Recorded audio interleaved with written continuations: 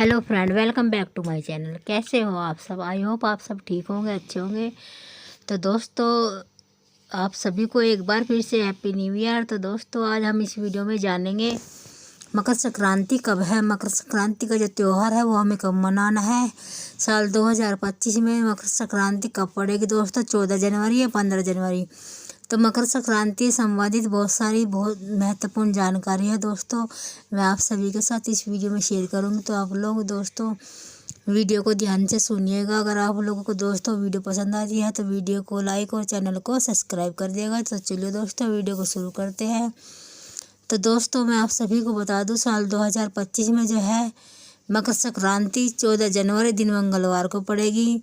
हमें उस दिन कौन कौन सी बातों का ध्यान रखना है, किन किन चीज़ों का हमें ध्यान करना है, और मकर संक्रांति के दिन कौन कौन से कार्य करने होते हैं, और महापुण्य काल का जो समय है दोस्तों कब से कब तक का है, ये सारी बातें मैं आप सभी को इस वीडियो में बताऊंगी। तो दोस्तों, साल 2025 में मकर संक्रांति 14 जनवरी दिन मंगलवार को है। उस दिन हमें, जब सूर्य भगवान जो है धनु राशि से मकर राशि में प्रवेश करते हैं, तो तब मकर संक्रांति मनाई जाती है।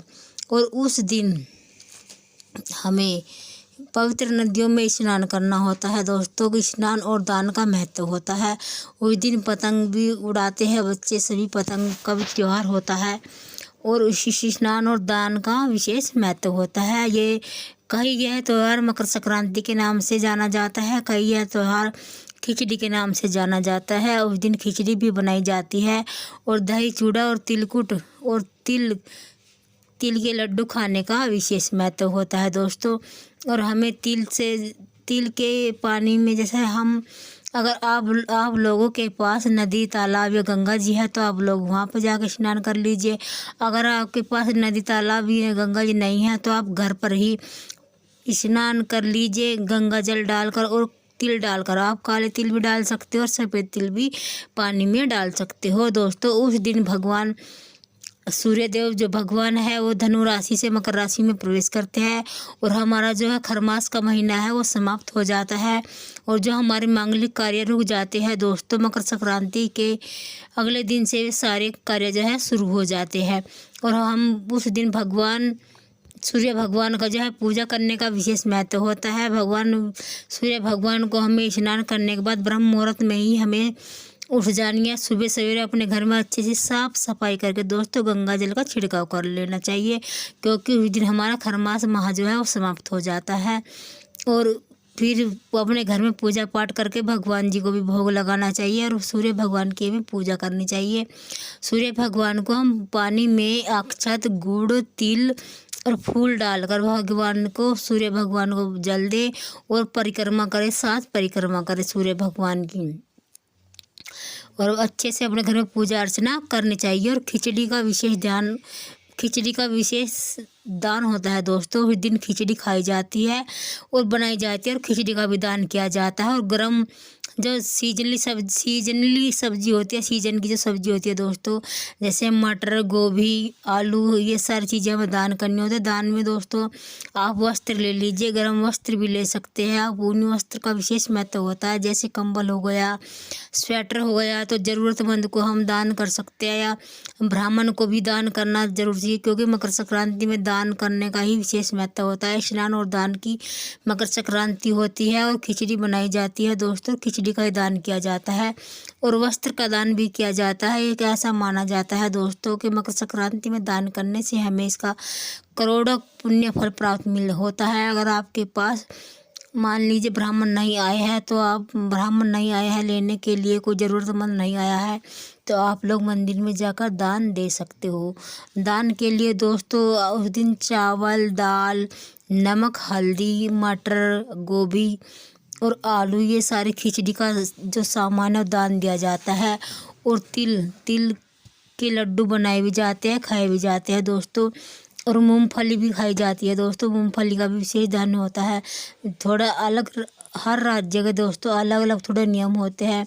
कहीं पे दोस्तों दिन की शुरुआत की जाती है दही चूड़ा खाकर, तिल के लड्डू खाकर, तिल खाकर, और तिल में स्नान करके। और तिल उस दिन तापने भी होते हैं, हमें हाथ सेकने होता है। तसली में आप लोग आग रख कर उस पर थोड़ा तिल डालकर अपने हाथ ताप लीजिए दोस्तों। यही नियम होता है मकर संक्रांति के। तो मकर संक्रांति के दिन दोस्तों यही नियम होता है। स्नान दान का नियम होता है। स्नान दान का विशेष महत्व होता है। हमें अच्छे से स्नान कर कर दान करना चाहिए और हम महिलाओं को उस दिन अच्छे से तैयार होकर अपने भगवान जी को भी भोग लगाना चाहिए, पूजा अर्चना करनी चाहिए।